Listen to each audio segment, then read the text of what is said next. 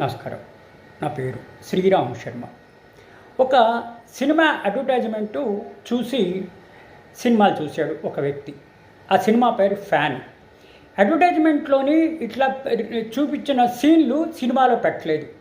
నేను ఆ సినిమాలో అడ్వర్టైజ్మెంట్లో ఇచ్చిన సీన్లు చూసి ఎఫెక్ట్ అయ్యి ఇంప్లిమెంట్ అయ్యి ఆశపడి ఆ సినిమా చూస్తే తీరా ఆ సీన్లు లేవు కాబట్టి ఇది డెఫిషియన్సీ సర్వీసెస్ కింద వస్తుంది అని కన్జ్యూమర్ కోర్టులో కేసు ఫైల్ చేస్తే అది సుప్రీంకోర్టు దాకా వచ్చింది.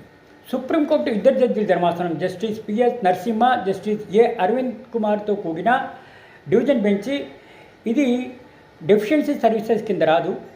సినిమా ఆడడానికి, సినిమా రిలీజ్ చేయడానికి కొన్ని సీన్లు చూపిస్తారు, కొన్ని సీన్లు చూపించరు.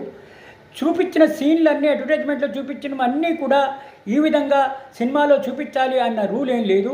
ఇది ఎఫెక్ట్ కాదు. సినిమా ఆటోగ్రఫీకి ఇది డెఫిషియన్సీ సర్వీసెస్ కింద రాదు కాబట్టి ఇది నష్టపరిహారం చెల్లించక్కర్లేదు అని డిస్మిస్ చేయడం జరిగింది. ఈ తీర్పు ద్వారా మనకి తెలిసేది ఏంటి? అడ్వర్టైజ్మెంట్లో చూపించిన సినిమా సీన్లన్నీ కూడా మెయిన్ సినిమాలో పెట్టే అవసరం లేదు అని ఈ తీర్పు ద్వారా మనకు తెలుస్తోంది. అడ్వర్టైజ్మెంట్లో కొన్ని సీన్లు చూపిస్తారు, తీరా చూస్తే ఆ సినిమాల్లోని ఈ సీన్లు ఉండవు.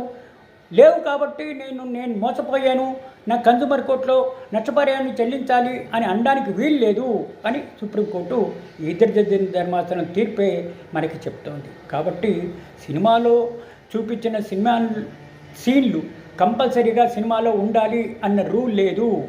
అవి ఉండొచ్చు, ఉండకపోవచ్చు. లేకపోతే ఆ సినిమా డిస్ట్రిబ్యూటర్ని కానీ, ప్రొడ్యూసర్ని కానీ, డైరెక్టర్ని కానీ మీరు క్వశ్చన్ చేయలేరు అని చెప్పి తెలుసుకోవడానికి ఈ తీర్పు మనకు చెప్తుంది. Thank you.